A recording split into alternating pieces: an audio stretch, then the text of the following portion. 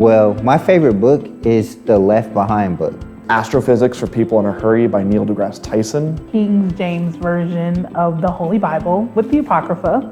Ready Player One by Ernest Cline. So I don't really have a favorite book. Actually, I have a favorite book series, and it's the Amelia Bedelia series. Keeping You a Secret by Julie Ann Peters. A book titled The Autobiography of Malcolm X. It actually is one of the first books I've ever read. I read it in high school. So my favorite book is actually a series of books. My favorite books are the Harry Potter books. That was the summer that I read my favorite book, which is Roll of Thunder, Hear My Cry by Mildred D. Taylor.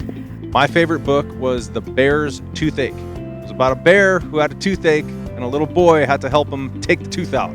And my favorite book growing up was The Lorax. My favorite book growing up was Charlie and the Chocolate Factory.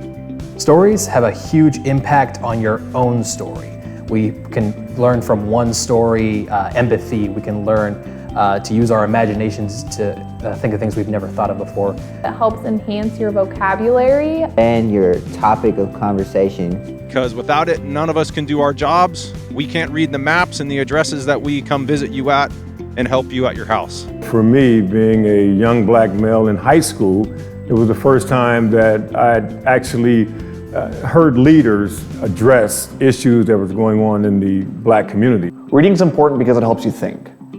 It's my history, and it's my way of life. Books have so much good information, and it's an important life skill to learn how to think critically. It opens up a whole different world. There was a picture of a little black girl on the cover, and she was someone who looked like me.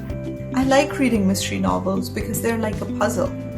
And how this hope symbol became a symbol for every LGBTQI around the world, and it was a symbol that united us, and it still does.